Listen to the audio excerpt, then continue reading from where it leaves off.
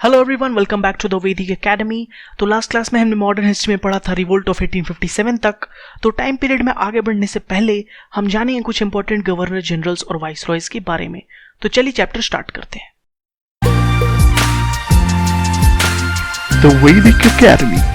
Chapter शुरू करने से पहले मैं आपसे रिक्वेस्ट करूंगा कि अगर अभी तक आपने हमारे चैनल को सब्सक्राइब नहीं किया है तो प्लीज इस वीडियो के नीचे जाके हमारे चैनल को सब्सक्राइब करें, इससे हमें काफी सपोर्ट मिलता है। तो चलिए गवर्नर जनरल्स को स्टार्ट करने से पहले हम लोग डिफरेंट नोमेनक्लेचर्स को देख लेते हैं, क्योंकि गवर्नर जनरल्स का ये जो पोस्ट है इसके डिफरेंट टाइम पीरियड में डिफरेंट नाम रहे हैं, क्योंकि उनका रोल भी डिफरेंट रहता था। ठीक है, तो सबसे पहले जब ब्रिटिश आई थी तो ईस्ट इंडिया कंपनी के रूप में आई थी और उनका कैपिटल एक तरह से कहें तो मेनली वो कैलकाटा में था, जो कि बंगाल और बिहार के रीजन पे मेनली रूल करते थे।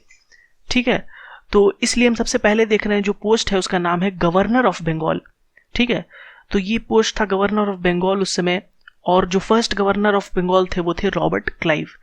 यहाँ पे छोटी छोटी बारीकियों को आपने देखना है, गवर्नर ऑफ बंगाल है, गवर्नर जनरल ऑफ बंगाल नहीं। फिर आता है 1773 में रेगुलेटिंग एक्ट। यहाँ पे ध्यान दीजिएगा चार्टर्स एक्ट लिखा है गलती से, लेकिन असली में था वो 1773 में रेगुलेटिंग एक्ट। और उसके बाद गवर्नर ऑफ बंगाल बन गया गवर्नर जनरल ऑफ बंगाल। ठीक है, इस एक्ट के थ्रू। तो first governor general of Bengal कौन थे? Warren Hastings. ठीक है, तो फर्स्ट गवर्नर ऑफ बंगाल थे रॉबर्ट क्लाइव और फर्स्ट जो गवर्नर जनरल ऑफ बंगाल थे वो थे वॉरेन हेस्टिंग्स। ठीक है, फिर 1833 में आया चार्टर्स एक्ट, जिससे गवर्नर जनरल ऑफ बंगाल का पोस्ट को कन्वर्ट करके बना दिया है गवर्नर जनरल ऑफ इंडिया, और विलियम बेंटिंग बने first governor general of India. ठीक है, फिर 1857 में रिवोल्ट हुआ जो हमने देखा। उसके बाद ब्रिटिश क्राउन ने कब्जा कर लिया, एक तरह से कब्जा नहीं कहेंगे, ब्रिटिश क्राउन ने ओवरथ्रो कर दिया ईस्ट इंडिया कंपनी को, और फिर एक नया पोस्ट लाया जिसे कहते हैं वाइसरॉय ऑफ इंडिया। ठीक है, और फर्स्ट वाइसरॉय बने थे लॉर्ड कैनिंग। ठीक है, तो ये हैं डिफरेंट जो पोस्ट्स हैं, जो कि एक तरह से कहें गवर्नर के पोस्ट हैं, उनके जो डिफरेंट नोमेनक्लेचर हुए डिफरेंट टाइम पीरियड में। ठीक है, तो चलिए अब सबसे पहले इंपॉर्टेंट जो है उनके बारे में पढ़ते हैं। तो सबसे पहले आएंगे important Warren Hastings. Robert Clive के बारे में हमें ज़्यादा नहीं जानना है, बस ये आप जानिए कि उन्होंने डुअल फॉर्म ऑफ गवर्नमेंट लाया था। ठीक है, डुअल फॉर्म ऑफ गवर्नमेंट लाया था। और जब वॉरेन हेस्टिंग्स बने गवर्नर जनरल ऑफ बंगाल तो उन्होंने सबसे पहले क्या किया? डुअल फॉर्म ऑफ गवर्नमेंट को हटाया। ठीक है, तो he brought the dual form of government to an end. तो डुअल फॉर्म ऑफ गवर्नमेंट क्या होता था? डुअल फॉर्म ऑफ गवर्नमेंट कुछ नहीं होता था कि जो एडमिनिस्ट्रेटिव पावर रहता था वो लोकल रूलर के पास रहता था, लेकिन रेवेन्यू यानी टैक्स कलेक्शन का पावर ब्रिटिश के पास चला जाता था। ठीक है, तो वॉरेन हेस्टिंग्स ने इसे खत्म किया।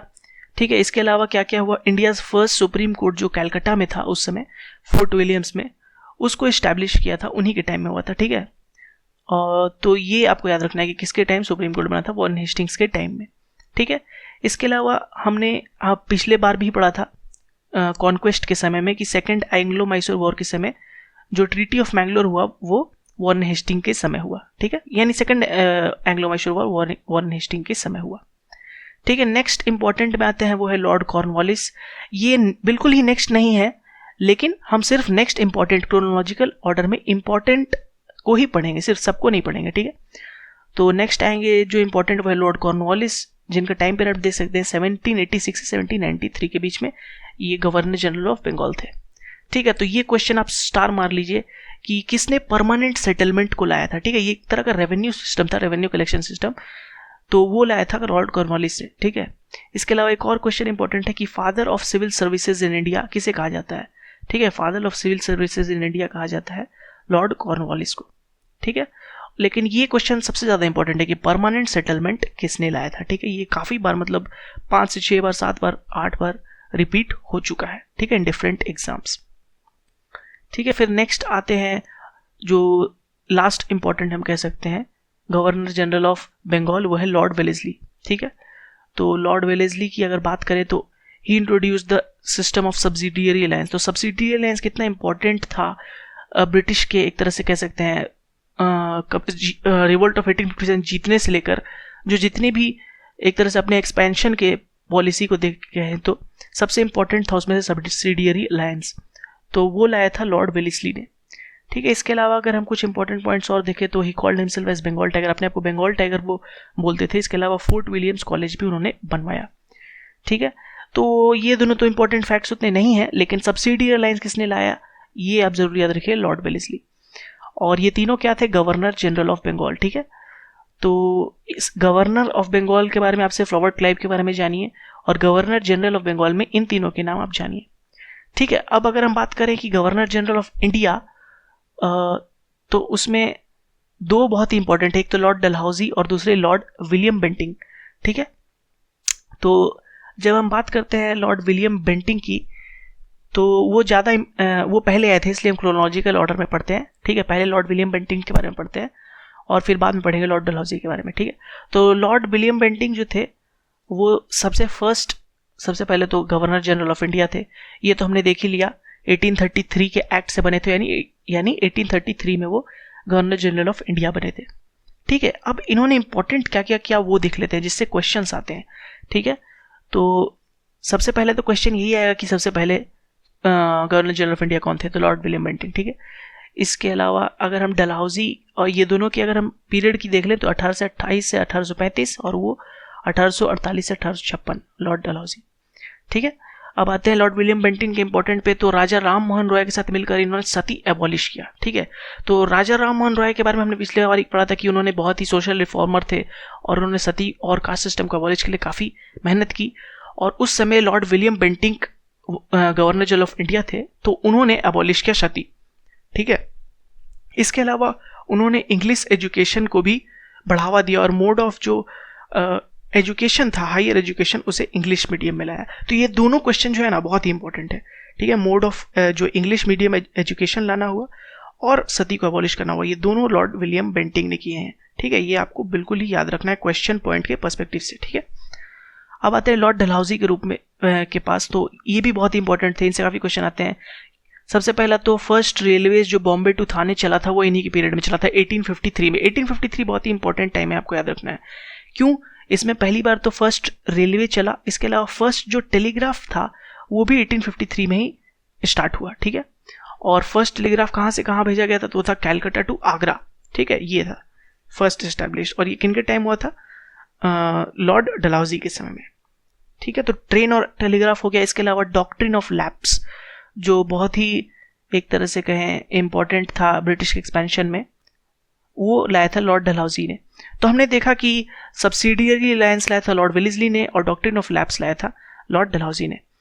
तो इस सिंगल पेज पे आपको कई इंपॉर्टेंट इन्फॉर्मेशन दिख रहे हैं, जैसे आप देख सकते हैं रॉबर्ट क्लाइव के बाद हमने देखा वॉरेन हेस्टिंग में कितने सारे इंपॉर्टेंट इन्फॉर्मेशन थे, जैसे सुप्रीम कोर्ट लाया उन्होंने।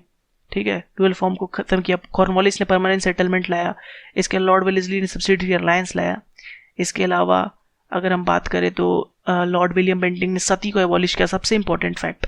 ठीक है, और उन्होंने इंग्लिश को मीडियम ऑफ एजुकेशन बनाया। ठीक है, उसके अलावा first governor general of India तो थे ही, और इंग्लिश को एजुकेशन बनाने के अलावा अगर लॉर्ड डलहौजी की बात करें तो बॉम्बे टू थाने सबसे पहले ट्रेन चलाया, इसके अलावा टेलीग्राफ भी चलाया और डॉक्ट्रिन ऑफ लैप्स भी इन्होंने लाया। ठीक है, तो जो पॉइंट्स मैंने स्टार मार्क किए इस पेज पे आप देख लीजिए, वो सबसे ज़्यादा इंपॉर्टेंट है। ठीक है, और रिपीटेड पूछे जाते हैं। ठीक है, 1857 के बाद जो रिवोल्ट हुआ, उसके बाद 1858 में ब्रिटिश क्राउन ने एक तरह से ओवर थ्रो कर दिया जो कंपनी को, और उस टाइम एक नया पोस्ट इंट्रोड्यूस हुआ जिसे वाइसरॉय कहते थे। ठीक है, और उसे viceroy and governor general of India भी कहा जाता था। ठीक है, तो गवर्नमेंट ऑफ इंडिया एक्ट जो आया था 1858, उसमें ये पोस्ट इंट्रोड्यूस हुआ था। ठीक है, तो जो लास्ट एक तरह से कहे गवर्नर जनरल ऑफ इंडिया थे वही बन गए फर्स्ट वाइसरॉय ऑफ इंडिया। ठीक है, और वो कौन थे, लॉर्ड कैनिंग। ठीक है, तो चलिए उनके बारे में कुछ पढ़ते हैं, सबसे पहले लॉर्ड कैनिंग के बारे में, और फिर जानेंगे जो डिफरेंट वाइसरॉयज थे। ठीक है, तो लॉर्ड कैनिंग जो थे, सबसे पहले तो इम्पोर्टेंट ये है कि ये फर्स्ट वाइसरॉय ऑफ इंडिया थे। ठीक है, फर्स्ट वाइसरॉय थे तो last governor general of India भी रहेंगे। ठीक है, और रिवोल्ट ऑफ 1857 इन्हीं के समय हुआ। क्यों? क्योंकि ये उसके पहले से ही रूल कर रहे थे, इन्हीं के टाइम रिवोल्ट हुआ और फिर ये एक्ट आया और ये फिर बन गए viceroy of India, first viceroy of India. ठीक है, तो ये आपको याद रखना है कि रिवोल्ट ऑफ 1857 इन्हीं के टाइम में हुआ। इसके अलावा अगर बात करें तो यूनिवर्सिटी ऑफ कैलकाटा, मैड्रास और बॉम्बे, उस समय जो 3 यूनिवर्सिटीज़ बने वो इन्हीं के टाइम में बने। ठीक है, तो ये आपको याद रखना है कि जो डिफरेंट यूनिवर्सिटीज़ बने वो लॉर्ड कैनिंग ने बनवाए। ठीक है, अब आते हैं नेक्स्ट इम्पॉर्टेंट जो वाइसरॉय थे उनके बारे में, तो वो थे लॉर्ड लाइटन।